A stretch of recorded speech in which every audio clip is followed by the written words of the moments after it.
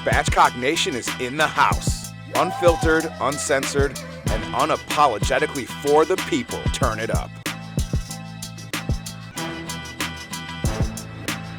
What up, y'all? Spatchcock Funk, and it's after dark, and we're here for the after party after our recent episode aired.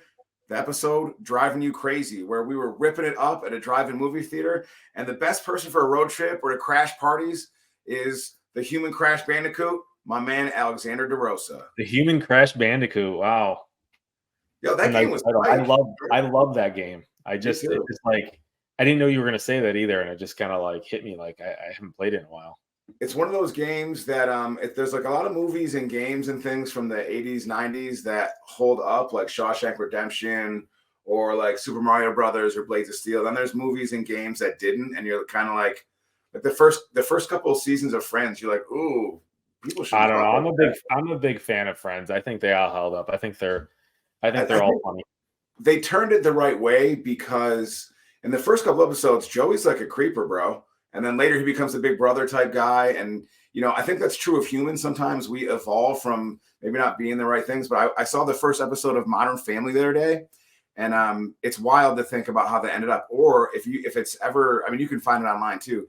The first couple episodes of shows like Seinfeld and those things, you watch it and you're like, what? Wait a minute. I don't remember that. So it's cool how you see things evolve over time. Like your beard was once not that color and now it's evolved into. Yeah, no, it's evolved quite a bit. I was listening to Larry David talk about Seinfeld and what it was supposed to be, really just like how a stand-up comedian got its material, got his material. And so early in the show, it was always Jerry, it was supposed to be him starting on stage and then ending on stage. And it was how, he lived his life and gathered his material to be a comedian. And eventually they just kind of like veered away from that. But it's cool. That was the original premise of it. And I don't know, like, our show might start as something and turn into something else. Yeah. It could go from a cooking show into like Queer Eye for the Straight Guy or something, like whatever it is. I don't think they're going to change you that much. They could go from a TV show back to a YouTube show. Yeah. That's the one change we can count on. But when you talk about the evolution of things, man, I think about people that go on that journey that are producers, writers, directors, the stuff that we're doing. Like, I mean, I'm not well, I guess now I technically am a TV producer. Hello. But, you're learning these new different things and able to bounce back and forth like Larry David. But the person that's joining us today is the biggest star to date on any of our media platforms. And it's kind of wild when you think about human beings like this that have had such a prolific career that are still approachable and just great humans. So she is a writer, a producer, an actor, and everything in between, dude. She's been in huge movies, Forrest Gump, Men in Black, recurrent character on Seinfeld, the player on Saturday Night Live, dude. Spent a lot of time bringing some very real, very funny and deep things to life. But also, man, she stood her ground on choosing roles, like deciding to pass on cool opportunities. Or maybe not cool, but big opportunities because she wanted to stick by her belief system. She's done black comedy, tackled toxic masculinity, something that we're trying to obviously avoid, but still be masculine and inclusive of all sorts of peeps. So mainstream comedy, serious dramas, dude, indie films, blockbusters, you name it. TEDx talks, bro, she's done that. She's a human being for all human beings. So you're lucky when she shows up on your little screen or big screen, and we're lucky to have her show up on our screen right now. So let's welcome to the show the great Siobhan Fallon Hogan. Matt, that's such a nice intro. I feel like I'm like, who are you talking about? Thank you so much. Were you like, have I done all that stuff? Did it have like a take you down memory lane? You know what's really funny when you guys are talking about Friends? Do you know that? Now I say recently, but when I could say recently, I mean like I could think it was like 5 years ago, but it's really 10. But it's more than that. Somebody showed me an article. It had to be like in the last 3 years that I was on the short list for Friends. I didn't even know it. Way. I didn't even know it. I was like, you don't say. The oldest. When you say you were on the short list and didn't know it, they had you in like on a list somewhere and they just never called you? They showed the list. Somehow it was in Time magazine. They're like, this was a short list. And I was like, my bank account does not reflect that. But isn't that crazy? What was the part? I believe it was Lisa. I remember it was Lisa Kudrow's part. Kevin Bright, who was one of the creators, I had done a sketch comedy show that was on Ha TV, which is now Comedy Central, right before that. And he called me in for it. And Harry Belafonte's daughter was in it. It was this crazy sketch comedy show. And yeah, whatever that part, I don't know the names of the characters, but listen, she was hilarious. What are you gonna do? She was, and I think probably though that there's a lot of you've probably taken some roles other people wanted, and Yeah. having written and produced movies, there's probably some people who are like, oh, I can't believe Siobhan didn't give me that role. I mean, Yeah, that's the way it goes. That's the way yeah. it goes. And you always hear these other lists of like who would have been, all these characters on these shows, and you're like, no way they would have ever been that. But it's just I know. I wild. remember I read an article once, and my kids are always like, "Mom, you tell stories, and you miss the main part of the story." But there's some guy who turned down being Gilligan on Gilligan's Island, but I don't know who it was. But I remember thinking, "Oh, that's too bad." Yeah. I saw My dog Tom Trudy. Selleck. I let her off the bed. Now here she is. What are you Oh my doing? God. She Now thinks I you're gotta let interesting. her out because she's so annoying. Hang on. Yeah. I let her in because she wanted to be on the show, and now I gotta let her out because all she wants is treats. Okay, sorry. I can relate. That's all I want too is treats. Me too. Honestly, I said to my daughter, I go, if I was on a desert island and you could pick a couple foods, it would just be ice cream and hot fudge. My mother had the best hot fudge sauce ever, and spaghetti meatballs. I'd be totally good. I don't know. Ice cream would melt pretty quickly on a desert island. I feel like you need I something. know that's the only thing. That's the only thing. But I Brownie. if you had only two choices of food, I tell you what, I ate a box of Girl Scout cookies last night, and it was fantastic. And you know what? That's the serving size to me is the box. well, wait a minute. They're politically correct now because my favorite were the Samoas. You know those ones? Oh yeah, that's the Now box I ate they last night. changed the name. Did you see that? They changed it back. They did? Yep, they're Samoas right now. Yep. What was Oh, it? Tagalongs? Yeah, Is that they what they became changed them like to like- caramel delights. yeah, caramel delight. Yeah, weak. I mean, is it like who's offended by those cookies? I mean, look, if you were going to name an awesome tasting cookie or snack after me, I would be beyond honored. You know what I mean? Right. No one would get mine because they'd be like, Siobhan, that sounds awful. It sounds like a poisonous chemical or a very cool Irish American actor and producer. Oh my God. So what are you working on right now? Like you've got all these things in the air. What's the big thing? Oh my gosh. So, okay. I had my movie Shelter in Solitude that came out in the fall that we filmed, of course, in upstate New York. Yeah. And there was a lot of country music in it because I play like a washed up country singer, wannabe, cougar, wannabe. Anyway, we premiered it out in Nashville. It's because my son, who was a music supervisor on it, my son Peter, he also plays the cop in it. He's like, Mom, you can't just have any, bog trotter being the singers. So we go out there and Justin Bill Tonen from Three Doors Down plays some of the music in it. Long and short of it, remember, Patty Heaton from Everybody Loves Raymond? Oh yeah, love her. She moved to Nashville. So she comes. I'd known her years and years ago before Everybody Loves Raymond. She sees on whatever social media. She's like, "Can I come?" I was like, "Oh my God, yes." So she brings like 10 people. Long and short of it is, right now, I'm writing a movie that she has an idea of, and I'm at the end. And I'm really bad with ends, and it's driving me crazy. So I'm so glad to be on the podcast because otherwise I'm like, now let me see. What would I do with that? And then I also wrote a play about my family called Mother's Last Day. And it's like my mom lived till 2 months short of 97. And so it's the last week of her life jammed in one day with my 3 sisters, my niece, and us taking care of her. So basically it's about this selfish actress who comes up on the Amtrak. My phone has died because I dropped it in a puddle. And my sisters have been killing themselves taking care of my mother. And I get there and start bossing them around. I'm like, why don't you up the morphine? So it's like, and I'm Catholic. So it's like I go a lot of rosaries, a lot of drinking wine, and a lot of swearing and whipping the bird at each other. So it's a comedy. So anyway, we're going to hopefully doing it in New York City next year. Like around a year from March. Because, it's Irish Catholics are going to capitalize on March, because it's St. Patrick's Day. You know, I'm an Irish Catholic, and we like to throw banger parties and use the excuse when my Irish grandmother would be like, "What are you doing for St. Patrick's Day? You better be in church." I'm like, "I'm gonna be drinking all day long, but I'll send one up for you." You know what? When you're talking about what you're doing this upcoming play, let me ask you a question. And this wasn't on our original list of questions, but when you're talking about Shelter in Solitude and that character and dark comedies, there's a scene, as I recall.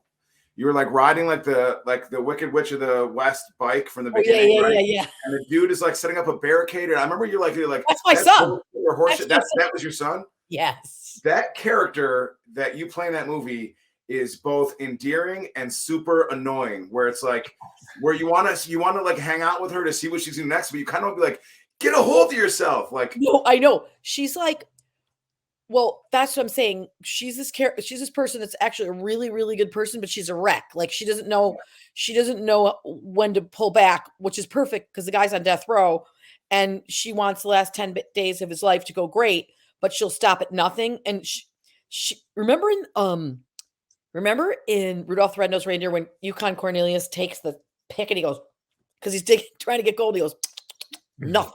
So that's kind of the way she is with the character Jackson, who's on death row, because I'm like, as God is my witness, you will talk to me. So he doesn't speak for like the first, 4 scenes until I bring him a cookie, I bring him Bible passages. He wants none of it.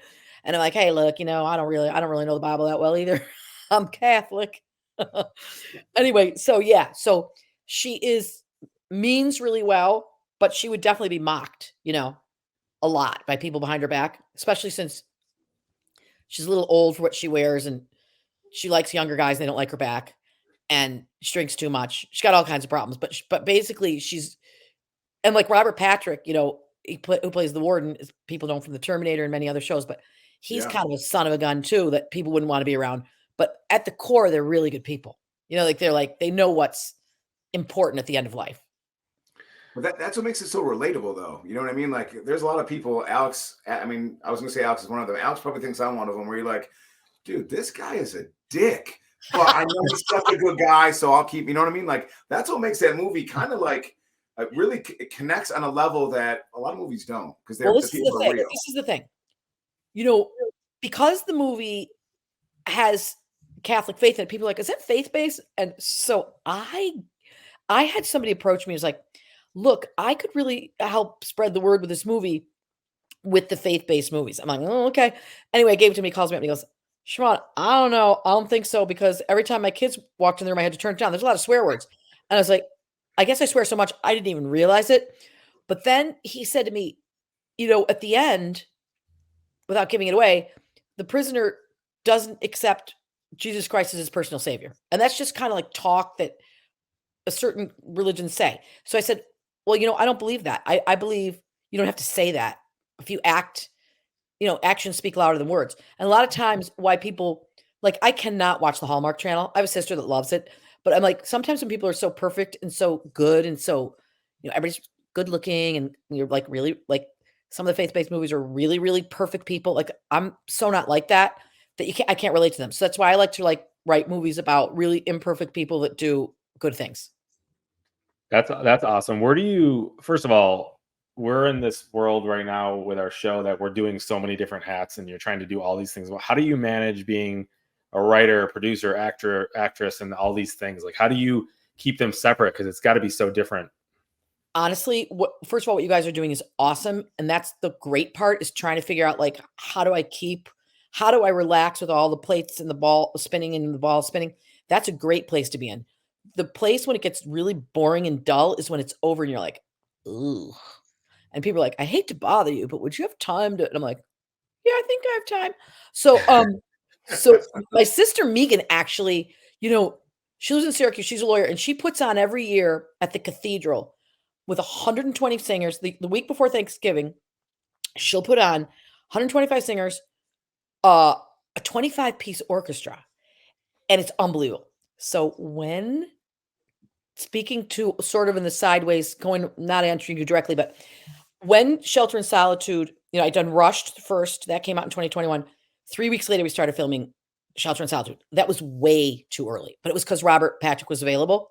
So honestly, it was like 4.5 straight years of work and, killing yourself. Because as an actress, you go and work on a movie and you're like, oh my gosh, I'm so exhausted. I can't believe I just worked on that movie for 3 weeks. I need a break.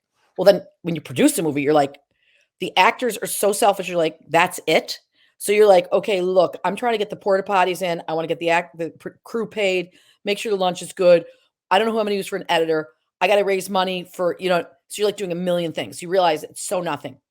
Well, then when it all calms down, and I remember flying to Boston in the fall to be like this NBC, was interviewing for some NBC Boston or something. And I said to the whoever the girl was interviewing me. Yeah, I'm going insane. I literally left my computer at the security at the airport. And I said, but next week it's all over. And she goes, yeah, but don't you hate it when it's all over? Well, anyway, you have a little down period. You know what I mean? Like a lot of artists do. So I relayed that to my sister. And she said, yeah, Charles Greneau was like some fabulous composer from the 1800s. She's because my sister's way smarter than I am and really highbrow. And I'm like, who's that? She's like, Charles Greneau. He wrote an opera and then he wrote I don't even know, like composed something, and then he wrote a mass, and then she goes, and I go, yeah, I'm kind of down in the dumps. I go, I don't know what's wrong with me. I feel like I have anxiety. And she's like, yeah, that happened to him. And I go, what? So what ended up happening? Oh, he went in an institution. He went in the loony bin for a year. And I was like, uh-oh. Oh boy. So where are we close to this? Like, is this on your? I'm the upswing. I've come out of it. I've come out of it. Say, your background of the room right now is like, that's not a room in the institution only because Well, it could be. Dog. So they wouldn't let the dog. No. This could be. This is my bedroom. See, I try to hide this post of my bed right here. But I was telling you before, I hurt myself in Pilates because I'm 155 and I herniated 2 discs in my back. So my bedroom has become my best friend. But I'm actually out of the bedroom now. I can walk. I'm up to walking the dog 2 blocks. But honestly, I kind of got to really like it. I was like, this place isn't bad. But I actually, my poor mother, as I was telling you, she died 2 months short of 97.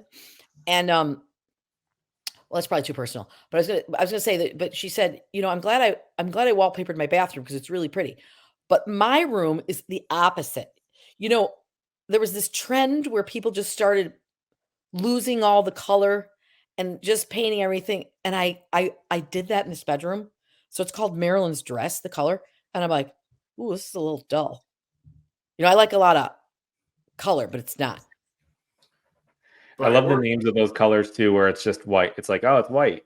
Yeah, it's white. I'm like, my husband goes, I feel like he goes, I feel like I'm in like an experiment, like for like a test tube. Our house is full of grays when we moved in, and my wife painted them different color grays, and so it could be neutral. And I'm like, and then we buy stuff that's gray, and then the lamps are gray, and the couches are gray. I'm like, it's like where's the color? Everything in Kansas is gray. The house is gray, the grass is gray, and the clouds are gray. I love that also like advice, because like I think we haven't slowed down from our first season and we're transitioning to season 2, but we have stopped filming. Yeah, the party scenes when all of our friends are around and everybody, as we kept doing them, they want to be part of them. They're so much fun, and once they stopped, there's this like dip in like it's like having a big event. You plan the event and that event's over, and you're like, this is depressing. My daughter Sinead is 22, and she plays the hippie in the movie, and she plays the she plays the cokehead in Rush. She's like, Mom, what are you trying to say to me? But anyway, she's now decided that she really wants to be an actress, and she's like, so I said, listen, honestly, the biggest talent you need is to be able to maintain in the downtimes, like to be able to stay positive and to stay hopeful, and to do artistic things when you're not employed, because it never ends. Like I did a movie with Lauren Bacall in Denmark. It was a Lars von Trier movie called Dogville. And it was, oh my God, it was like, there's 2 days left of the shoot. And she and I were walking up this ramp, and she's like, what do you got going on next, Siobhan? And I was like, nothing. And she's like, either do I. She was 82. Do you think you and I will ever work again? And I was like, it never ends. Wow. But you're like, who's we? Yeah. You've had your faith, though, carry you through stuff. What are other ways you've gotten through those downtimes, though, right? Oh, listen. I try to go to mass in the morning. I'm like, hey, listen, when this is all over, no one cares what the heck show you're on. You know what I mean? Yeah. So that I'll try to like I really love a Saint Teresa of Lisieux. And she believed, and which is really in Shelter and Solitude, she believed in the little things, like just smiling at someone or bringing cookies. So like I will like, and believe me, I'm not saying I'm a good person, and I have my share of being a big complainer, but like I'll go stick cookies in my neighbor's box, or I'll just I'll talk to anybody. and like volunteering I think is huge. And it was easy when the kids were little because you just basically have your own audience and then you can volunteer at school and you get to know the other mothers. Once, like, that's why Sinead, who's my youngest, she was a junior, and I was like, oh God, she's going to college, and what in God's name am I going to do? Because I can't cook, can't clean, and I don't know. I'm not good. I'm not good stuck alone with my own thoughts. So I said, I will. That's when I started writing. I said, I must be able to write a movie because I've been in enough movies, and just you don't take no for an you don't let people put you say, you've never written. I mean, I remember at Lemoyne when I was a student in 12 BC, and I remember kids from New York City saying, "You want to be an actress, Siobhan?" I know kids from New York City, and they've taken singing and dancing and their whole lives. And in my head, I was always like, "Yeah, shut up," you know. Yeah. I really believe you can do whatever you want to do, and you don't take no for an answer. That's awesome. And you said the small things, and Matt won't want me to share this, but he's very good at this. Like he sends cards to everyone, like handwritten thank you cards or note cards. Totally.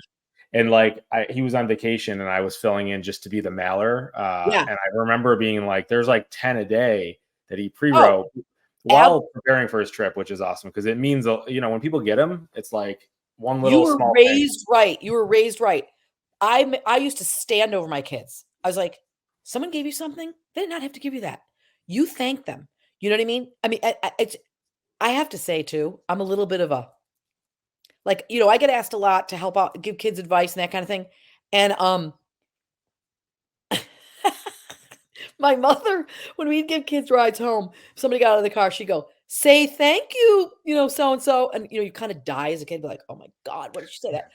But I always tell my kids, people take note, like, write thank you notes, but also remember the people take note, like that son of a gun didn't even thank me. Totally.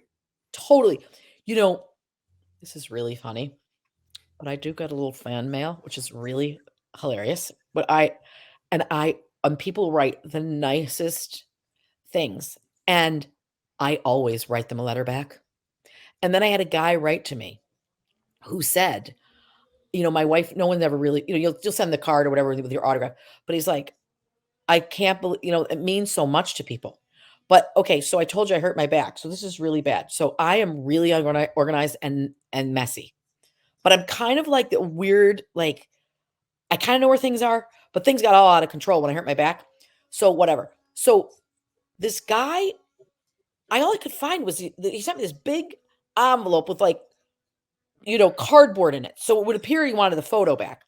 So all I could find were these two little things. I couldn't find it. Well, the other day, I found I was cleaning my room. I found like these 4 pictures of me from Men in Black and Seinfeld. And I was like, oh, that guy's gonna be like, she's a jerk. And I don't know. I'm like, she only sent me like 2 3x5s, and I was like, anyway, it doesn't matter. But I now I have thank you note and fan mail return guilt. Oh man, but you're returning it, right? And like, you know what? You expect nothing and appreciate everything, and that's exactly. He got something back, and I'm sure he would not, like, I don't know. You mentioned always being asked about stuff, and we get asked like, "Hey, can you film your show here? Can you come to these events?" And for me, and I don't know, it could be Catholic guilt to your point, but I have a problem saying no. And oh yeah, one thing I've learned though is if you say to someone, man, you know what, I wish I could, but we're filming that weekend. We've got something else set up. Here's some stickers. Here's something else. Most of the time, you're like, cool, man. Thanks for getting back to me. And yeah, it's not that big a deal, Absolutely. I mean, life is short, and it goes so darn fast. Like you were telling me it's Dolphy Day at Lemoyne today. I thought I was at Dolphy Day. Or I'd be like, I went 3 years ago. Now I'm like, I graduated like honestly, you can't, like, time, you guys are so much younger than me, but it goes so fast. And I taught when I was in LA, I went out to LA when I was like, I guess 27, 28. Yeah. And I went out there, I'd worked in a law firm, I had no talents other than answering a phone. I'd saved $5,000 and I was doing a one-woman show, but I needed a day job. So I was teaching English as a second language that my friend helped me get. What? And at that time, Ronald Reagan had gave money to people to be taught English. So I had Hispanic people, not kids, because it'd be like 18 to like 26 tops, but they'd have lives. Like they have like a couple kids because their culture and they got married a lot younger. And then I had very wealthy Japanese students who, if a girl didn't get married by the time she was 21 in Japan, they called them Christmas cake at the time. So you'd have these fabulous girls who were like 25 and they thought that they were done. And meanwhile, I was like 28 and I was like, oh, I still got hope. So anyway, my audiences for this one woman show I did were fully Hispanic and Japanese when I first, opened. And I was a terrible teacher. They really didn't understand what the hell I was talking about because I didn't teach it very well. Wait, my choo-choo train went off the track. So doing nice things for people. Oh my God, I totally forgot I was going to tell you about. What were we talking about? You're getting into like kind of life experience, but I'm gonna pivot and let's get into like some of the real deep shit about your awesome and deep career. So you don't look at old enough to have had the massively prolific career you've had, but like some of the things that you've done are kind of surreal. And a question that we kind of had, are you the type of person, like when I watch back shows that we've done, even though I'm used to it now, and I tell my students this, I still hate the sound of my own voice. Like we'll shoot something, I'm like, damn, I look good today. Then I'll watch it back and I'm like, oh, is that what I look like? So how do you feel watching yourself? Do you watch the work that you've done? How do you feel about it after you've put it out in the world? Well, like, first of all, if I go to a premiere, my husband next to me, I'm like, oh God, here it comes. It's like a train coming. You're like, oh no. And then you're like, ew. And then I'll be like, how was that? So the initial time it's really bad. And then I don't really rewatch. I mean, if I'm walking by and I'm like, oh, like somebody just sent me like from Saturday Night Live, like it was just on apparently the Brady Bunch, that kind of thing. Because they'll put it on, social media or whatever. But I don't really, but so like Shelter and Solitude, we've been showing it on campuses now because of Capital Punch. We showed it at Fordham and we just showed it. We were just down in Washington, D.C., showed it at Catholic U. And so I like have to stay there, but I go way in the back. I practically am like, out the door because I'm like, ugh. It never gets easier. It's just weird. It's just weird. I remember my daughter, Bernadette, who's now 29. And the first time, now back, when they first did a demo reel. So you'd send out a reel of yourself of clips. And I remember we put it in like in New York City in our TV, whatever, those big 8-track tapes. And she was probably like 5 or 6. And she ran in the other room. She's like, oh. And I was like, that's so funny because that's the way you kind of feel. No, it's very strange. I saw your demo reel, and it's funny though because some of the characters, like you mentioned earlier, Men in Black, and that beginning scene where like, he's wearing an air suit, and the way that you're acting there, like it's so incredibly well done, and you're able to play like awkward, irritating characters well. And I often wonder when I think about you in that role, I think about like the kid that played Jeffrey Baratheon in Game of Thrones, like. People either find like, is she dumb in real life? Like, no, dude, she's a super smart, talented woman. She just makes you think she's dumb. So do you ever have anybody confuse you ever sometimes with your characters? It's really weird. Like different people, like I'll know if people say, oh, I saw you in Lars von Trier's such and such. I'm like, uh-oh, they're foreign film people. They're kind of highbrow. So they'll think maybe I am. And I'm like, I'm not, clearly not. And then, but then like when I was on Seinfeld and everything, like Jerry was like, he's not an actor, but he's in stand-up. So he would like look on the side of my face. He wouldn't even look at me. It'd be like a person that has like a seeing problem. And he's like, because I can't look at your face because I'm going to start laughing. So, but I was like, well, I'm going to start laughing because you're not looking at my face. So, but do people mistake you for, it's really weird. Like younger people are like, yeah, like, hey dude, like what's, they associate you more with the character. Yeah. When you were on Saturday Night Live, like the laughing, were you one of those people that always cracked up? Because I love a little bit of both. There's some people that just are holding it in and that's so fun to watch. Like, were you doing that a lot? No, as a matter of fact, see, my thing with Saturday Night Live is this, I'm not a stand-up. And so I like, most of the people read cue cards. I'm like, oh no, I don't like that. I don't like looking up. So like more be in character, because I'm an actress, not And so I was always taught that you don't play the comedy. Like those people that are really funny, they don't really think that they're really funny a lot of times. You know what I mean? Mhm. Like my daughter was just I wish I knew what you mean, but yeah, I understand that. But I mean, if you're like for example, my daughter just called me last night and she's like, she's in this acting class in New York City and she's like, Mom, can you like, I'm gonna FaceTime you. And it's this guy and in the scene, and the guy's telling her that she's found out that the guy thought she has an ugly face. And she's like, what? Like, what is that supposed to mean? That's my face. And she's really angry, but it's so freaking funny because she is like in it. You know what I mean? Yeah. That's always the way I was. But I mean, I think that's funny too. Like I always loved Carol Burnett and Tim Conway when they would crack up. Oh So I my love God. watching that, but I was not that person.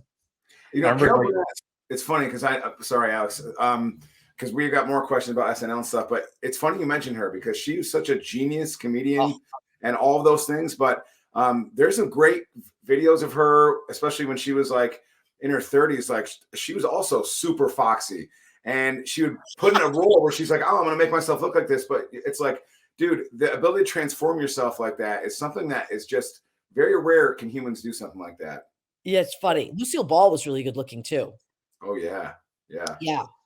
On the early days of SNL, you were on there with like a crazy solid cast. Like, what was that like? Like, what I mean, Adam Sandler, Chris Farley, like these people, like legendary still. Yeah. And I've heard other podcast people that have been on it talk about like that time, Yeah. that It era. was awesome. I mean, I was really good friends with Chris Farley. We used to go to church together every Sunday and we'd like go out to, I mean, it's honestly because of Chris that I met my husband because Chris played rugby at Marquette University. And one weekend, like 12 of them came in and, you know, the priest, Matt Foley, that he does the character. So, you know, the party's over. Everything was nocturnal. It was so crazy. You get out of the show and then you go to the party and then the party's over at like 3 a.m. And then we're like, now what are we going to do?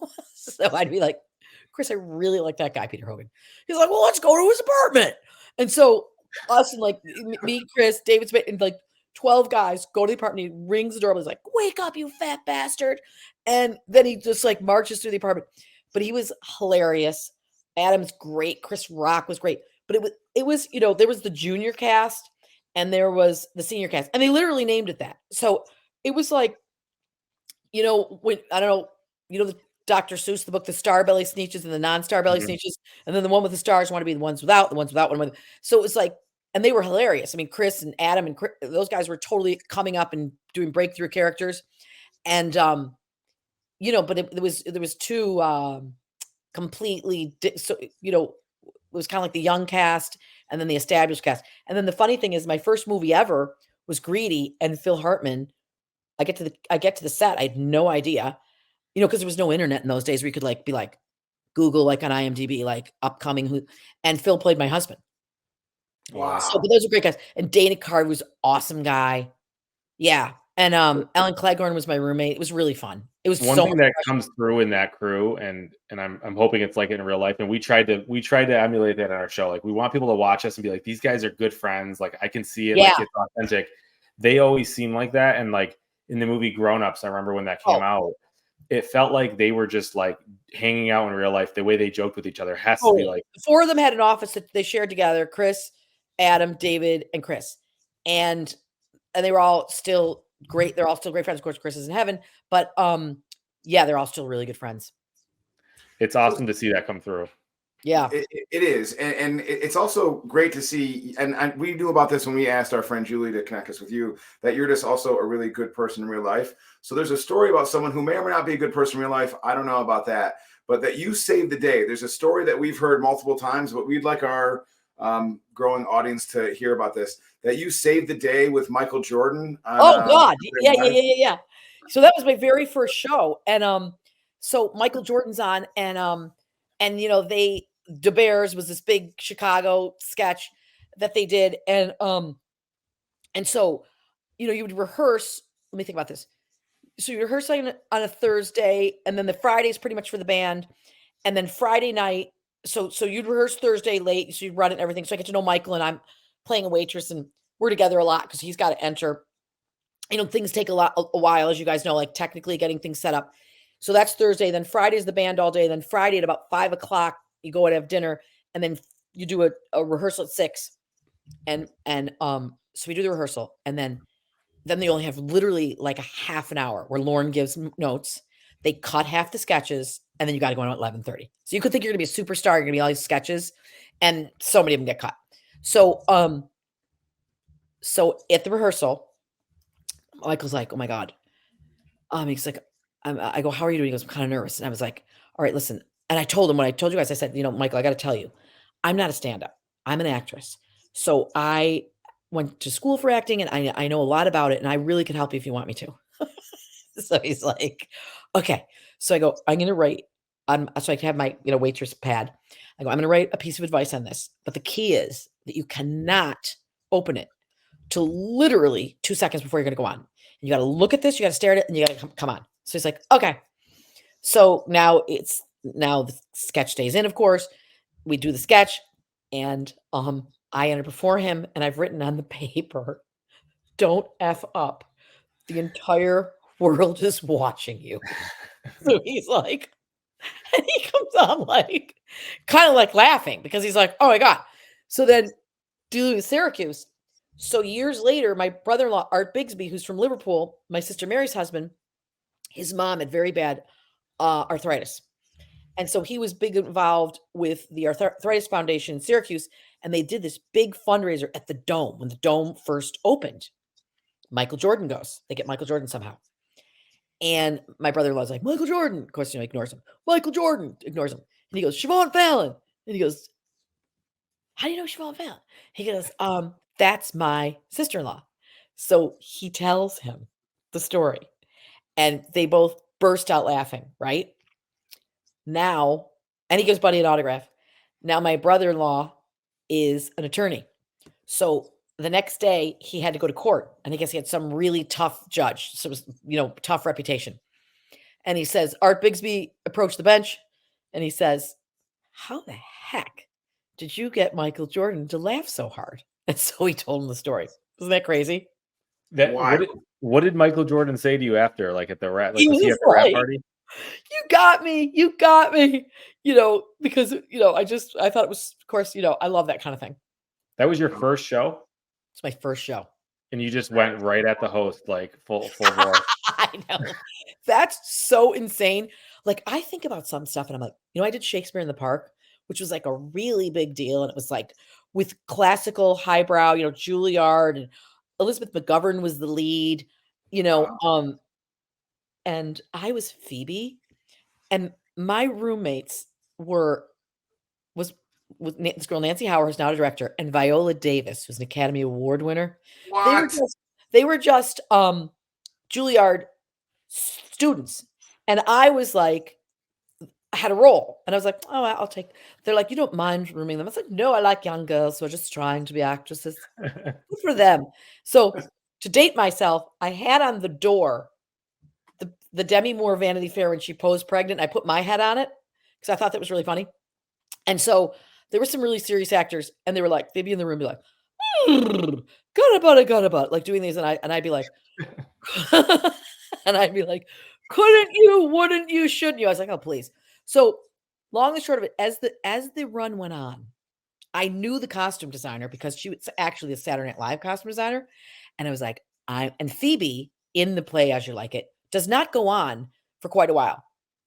So I went on stage in the All the World's a Stage, which is one of the most serious, biggest scenes. As I got a burlap bag, they were all in burlap bags, and I went on. I sat between Viola and Nancy Howard, and I'd written on my teeth, "Hi." Like, people do this in like high school plays or college, maybe, and you get in really big trouble. You could probably get kicked out. And I was like, "Hi, hi." They had no idea I was going to be there. So they're like, "What the hell is she doing here?" And so they laughed so hard. And the stage manager, at that point is running the show. And they got in trouble. And he didn't even know that I was on stage. But I was like, that was so bad. I should not have done that. And then there's another guy in the play who dared me to do my monologue like I was Katharine Hepburn. There's like all of New York City sitting and I go, "Oh, look at you, Sylvia's. I can't believe." And I literally do Katharine Hepburn, and there's a knock at the door. You know, knock, knock, knock, right on probably on Demi Moore's belly.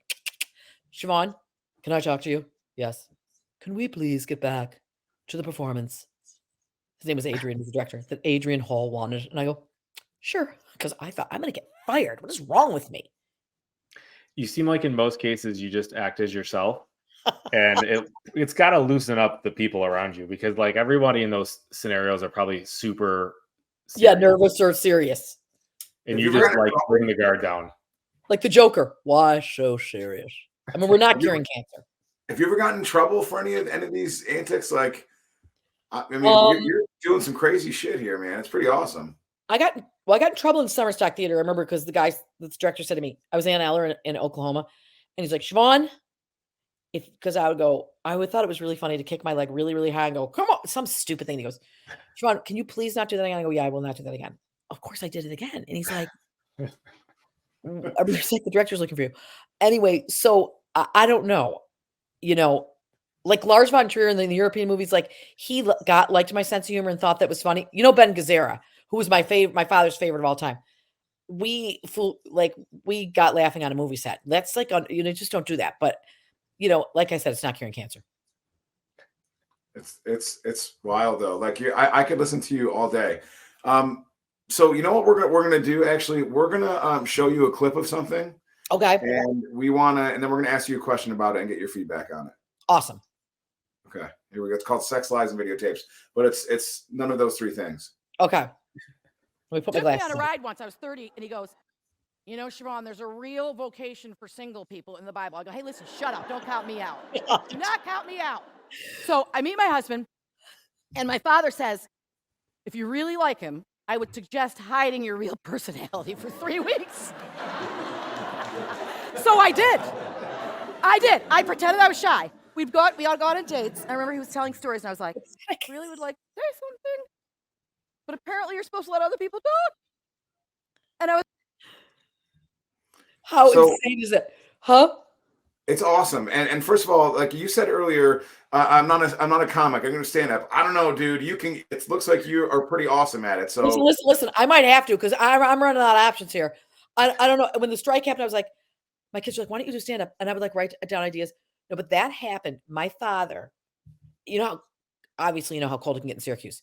He's like, oh, she's definitely not getting married. She's way too much. And there's no prospects. No one stuck around for more than like 2 weeks. So he's like, and my father are both huge sweet tooth. Like all I care about is sweets. So he's like, Siobhan, there's a new bakery down in Chittenango. They have headlights. Those are donuts with like the tons of white frosting and then chocolate in the middle. I know a headlight, yeah. And so I thought and it's really cold in the car. Like it doesn't warm up for a really, really long time. It's not like now where you click the car. My father drove this big black Cadillac. We had about 2 miles from my house. And he's like, your Aunt Hazel my Aunt Hazel, this is my great aunt. Your Aunt Hazel was single and she really had a wonderful life. And I'm like, oh my God, I know where this is going. And he's like, yeah, and it says in the Bible, there's a real vocation for single people. And I was like, screw. I go, did you take me on this trip to talk about me being single? Because don't be taking me on rides and having serious talks with me. Don't count me out. But I did take my father's advice about my husband, and it worked. And we got engaged after, oh my God, as a matter of fact, tomorrow, April 24th, we got engaged 33 years ago tomorrow. And we were supposed to get married the following year, because that's what people did. I was trying to be like normal like everybody else. And Memorial Day weekend rolled around, and I was like, what the frick are we waiting for? I'm like, I was like 30, I don't know what I was, like 31 or something. And I was like, Mom, are there any openings like the church? We got married in August. I know everyone thought I was pregnant. My sisters were like, what about your registry? Like, what do you want? Like, what color towels? Like, I don't know, white. Like, what about your silver? What about your Waterford? Because all the Irish got what pattern? I go, I don't know, what pattern do you have? Yeah. That's wild. So like when you're talking about this, like you have a really obviously this great natural personality, but do you ever feel like people kind of see you doing TEDx talks and on TV and interviews? I mean, when you were with on the late night talk circuit and everything, do you ever feel like people come up to you, strangers, and feel like they know you personally? And how do you kind of interact with that? Okay, it is the weirdest thing in the whole world. Okay, so I am so careful about that because this literally happened to me. I lived in LA for 2 years. And then I was like, I'm going to take English as a second language at Lemoyne in the summer. I came home one summer, I took a summer session. And now I must have been about to go on Saturday Night Live. Yeah. But I did it anyway because my father was always like, you gotta have a backup. So I was in a class and this woman said to me, I recognize you. And I was like, yeah. And she's like, oh my gosh. And I go, from what? Like, and I named some, I think I just been like Seinfeld and the Golden Girls. And she goes, no, what did you do? 4th of July. I go, oh, I was at my Uncle Mickey's. She goes, so was I. And I'm like, I will never do that again.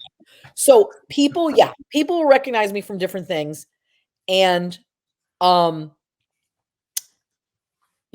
kind of tells a little bit about them. Like, obviously some people big Seinfeld fans, some people, then there'll be people like that loved Fred, the TV show that I did. They'll be like kids or you just different things. And I don't know, it's so fun though, because, people get a big kick out of it. And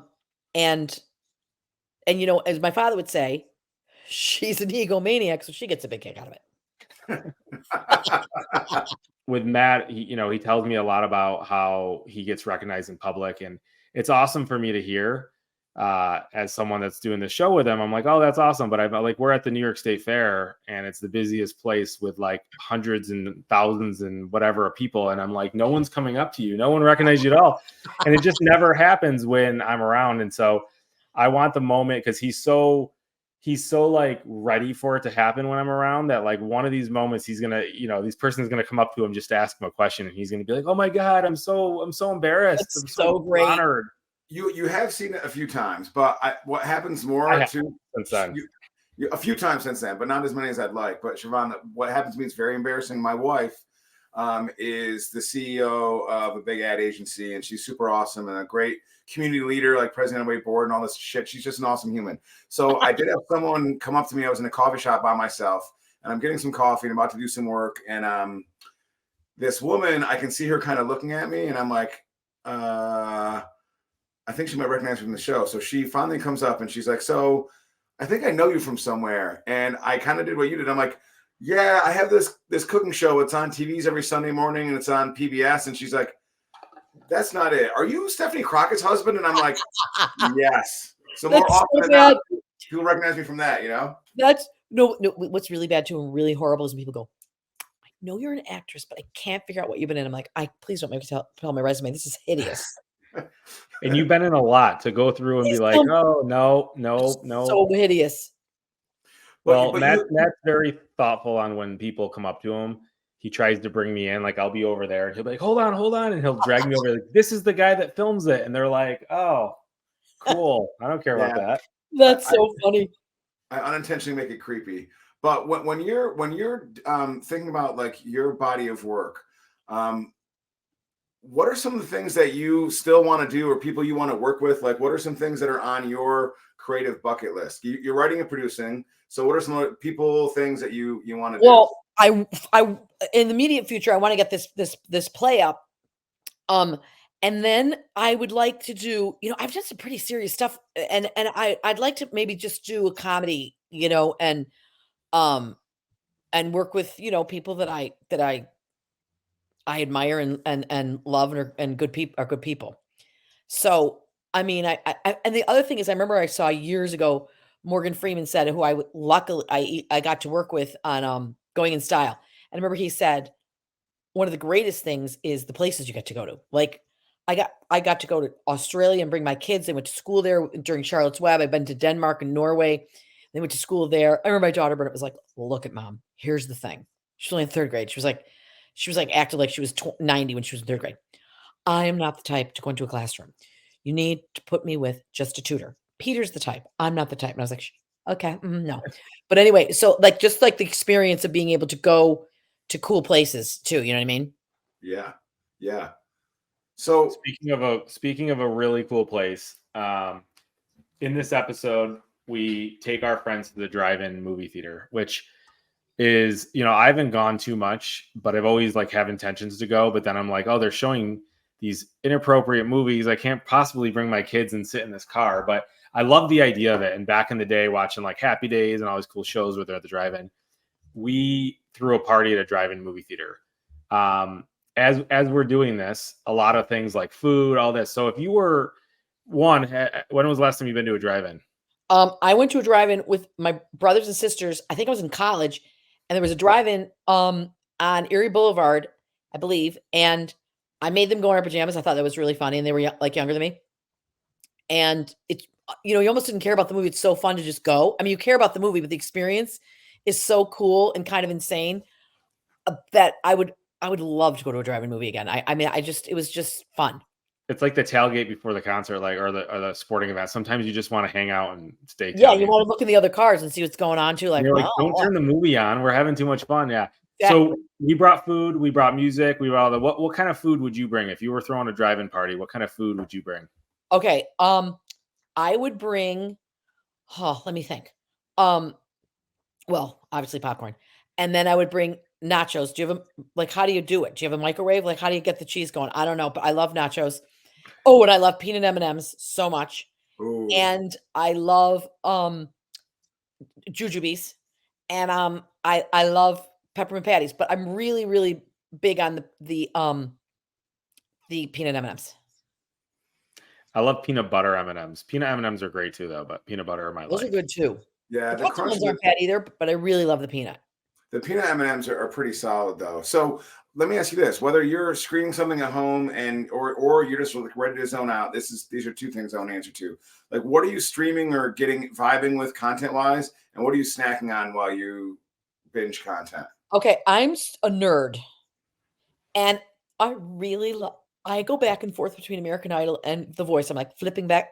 First of all, I can't get my TV on, so my husband has to be home. So he's like, there's like 3 channels. Like, look it, this is the cable, this is the internet, this is this. I'm like, I don't know what you're saying.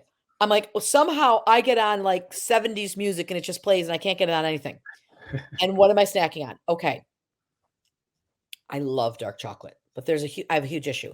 And I especially love it with sea salt. And I like to try different kinds of dark chocolate.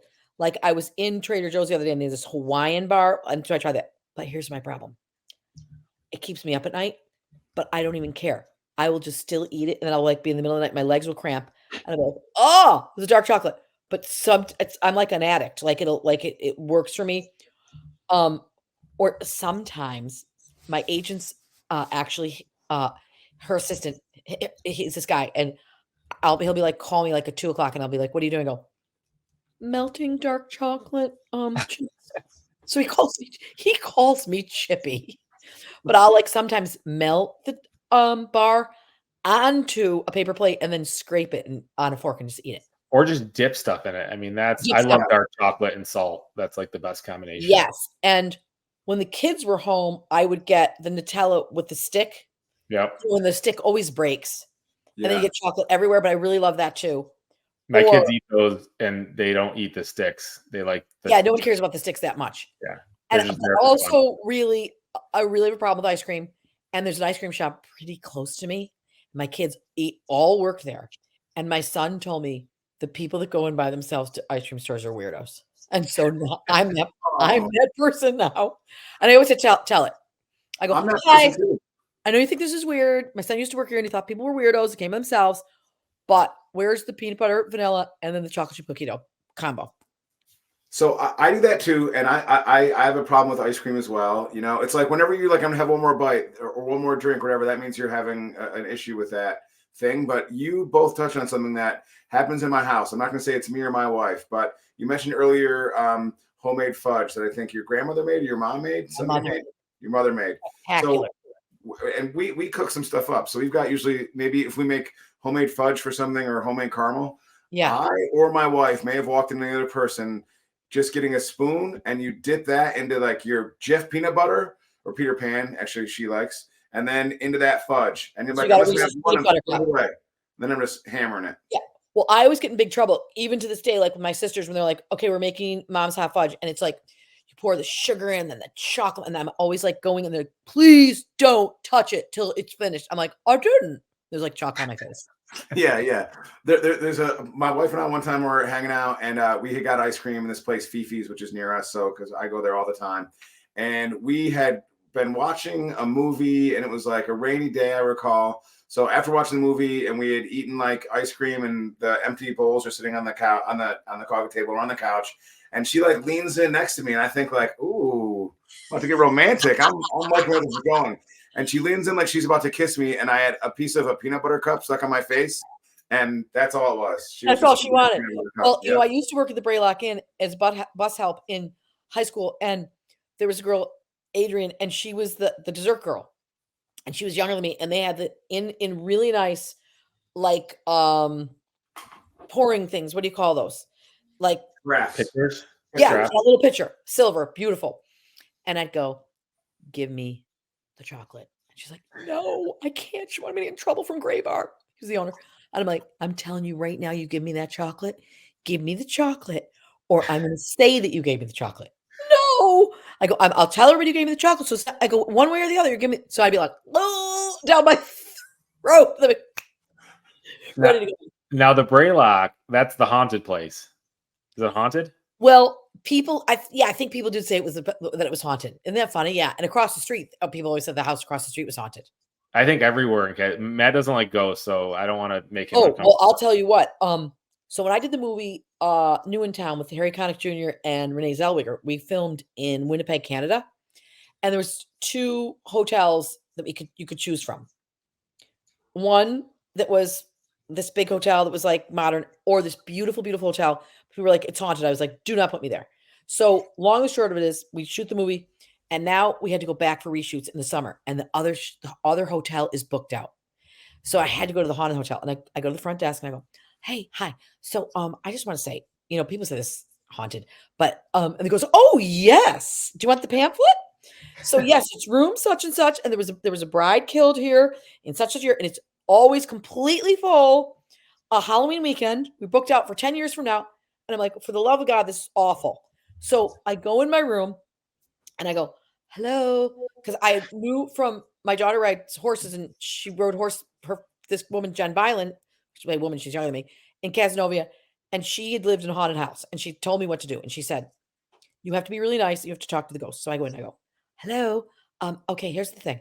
I can't have any trouble because I'll get really afraid, and I just have to do this movie for 2 days, and then I'm out of here. So please, I'm telling you. So like, I'd get up to go to the bathroom at night, and I'd be like, I'm just going to the bathroom. Or I'd be in the bathroom, and I'd go, coming back. But anyway, one night, I swear to you, and there's only 2 nights, I felt there was a presence sitting at the end of the bed. I was like, oh, they're not kidding around. I don't know that I'd sleep. I don't know that I'd fall I was asleep. like, this is bad. It was weird. That this is freaking me out just talking about it. Like I think about this, whether it comes to like when it comes to ghosts and things like that, I don't mess with them and they don't mess with me. I feel like we have an understanding, you know. I'm cool. They're cool. Well, have you ever been to Santa Fe, New Mexico? Yes. Okay. Well, I felt there in this hotel. We were with my daughter, Sinead, my husband, and you know, so many Indians were killed there. And I was like, woo, there's something going on. I can feel something. It's, you know, you felt like, I don't know. Yeah, I mean, you know, it's a touchy issue, and you know what? You covered a touchy issue when you talked about death row, and you spoke about it. So we're going to pivot to our last section here, which is called "Ride the Lightning." Okay. And you know, we like the death row tie into that. Sure. And the Metallica album too. So we're going to give you questions that are you have 2 options. You have to answer the question and explain why. And I'm going to go with the first one. Are you ready? Yes. Okay. You have to star in, currently at your age and their age, a rom-com movie, and you're starring opposite you is either George Clooney or Brad Pitt. Brad Pitt. Okay, why? Smoking hot, sober. I think he's really sincere. I like him a lot. I actually already was in a show with George Clooney. I don't want to brag, but it was Baby Talk, and I was the voice of a baby in like 1989. Been there, done that. Okay, that's fair. Okay, party with the cast or the crew? Oh, party with the cast of the crew. Oh, that's so interesting. Geez. Can I have both? Party of the cast of the crew. All right, crew. Crew's insanely hilarious. Oh, I man. agree. I feel like that's the only. It depends on the cast, but the crew's like Yeah. probably way more fun. Yeah. I think that's probably the right answer. I don't have anything to compare it to. So besides our cooking show, and since it's just me and Alex as the cast, I'm going to go with the crew too with that. All right. So how about this? Movie styles, right? Are you more of like would you rather prefer be working on a film noir project or like a gritty reboot? Film noir. Yes, for sure. I love all the Casablanca, all that, Yep. mystery. Yeah. Cool. Okay, your next leading role, would you rather comedy or drama? I think comedy right now because I've done a lot of dramas recently, and I think comedy. Yeah. Is comedy more fun ultimately? Listen, here's the thing with comedy. It's very hard to make a good comedy. Comedies are more fun, but I have to say, if I'm going to the movies, I kind of want to see a serious movie. That's my choice Comedies first. don't get made like sitcoms and stuff, especially like they're just not around as much anymore. Yeah, like the great comedies, like oh my gosh, like I was saying I was watched Planes, Trains, and Automobiles, and Dirty Rotten Scoundrels recently, and I show my kids Arthur. I mean, they're hilarious, but yeah, there haven't been a lot of great comedies lately. Okay, so I agree with that. A lot of great TV lately, though. So Yeah, you for the rest of your life, every time you watch a movie, you can only pick one of the following. It can either be popcorn or candy. candy. No question. No Wow, question. right now. All right. I'm a sugar girl. What about like the straight movie theater butter popcorn though? That's like the best. Nothing can beat that. Well, okay, here's the Hands thing. are covered in it. That's the problem, though. You get covered, and then, like I tell you, my husband's a New Yorker, and he'll be like, "What the hell? It's in my tooth. No, I can't get it out. It's gonna ruin the whole movie." Like he's like, "Do you want something?" No, I don't want it. No, but I'm big. I take the peanut M&Ms and I try to make each one of them last as long as I can. That's a good move. Like each time you put it, I do that with M&Ms. Each time you put it in your mouth, you're like, "How can I eat this differently so it lasts?" Yes. Yeah. Do you know that I actually Googled because when I hurt my hip, I was up a lot at night, from the pain, and I Googled what is the outside of an M&M made of. What is it? I don't know. Sugar it's mainly sugar. Sugar and something. Corn syrup, maybe. Do you know why they have the outside? Why they developed that? No. It's so they could ship them overseas to military. Really? Now I heard that. Don't quote me on it, but it sounds It's legit. probably true. Well, I'm glad they did because I love them. Oh yeah. Otherwise, it's just what, like chocolate? Yeah. No. Yeah. Okay. Speaking of comedy movies, best '90s SNL era movie: Billy Madison or Happy Gilmore? Billy Madison. I think Billy Madison. I don't. They're both so good. They're hilarious. I mean, my kids. Oh my gosh, they watch those over and over and over again. My mom used to hate me watching those because they were just like, for obvious reasons. But they're making Happy Gilmore 2, which I'm very excited about. Yeah, and before we wrap it up, I'm going to either start I heard a rumor or I'm starting a rumor that Siobhan Fallon Hogan is going to be in Happy Gilmore 2 in some type of role. That would be fabulous. I think so too. That's a good rumor. Spread it around. Let's do it. Okay, so before we wrap up, is there anything that you want to tell people in the world? Cool things that they should start looking for? A Broadway show? What's up? What should they look for? I want to tell people to make sure they watch Shelter in Solitude on Amazon or Apple or iTunes or all those, and Rushed as well. And if you do like it, give it a review because those help us a lot. And then yeah, I mean, be kind, laugh it up, live life. Well, you've been kind of rewind. I thought you were going to say be kind and rewind. Be kind and rewind. We've been laughing. You've been kind to us, so people rewind and play this thing back because this has been an awesome guest and we're grateful. So after party, until next time. Yeah, awesome. Thanks for having me. Thank you.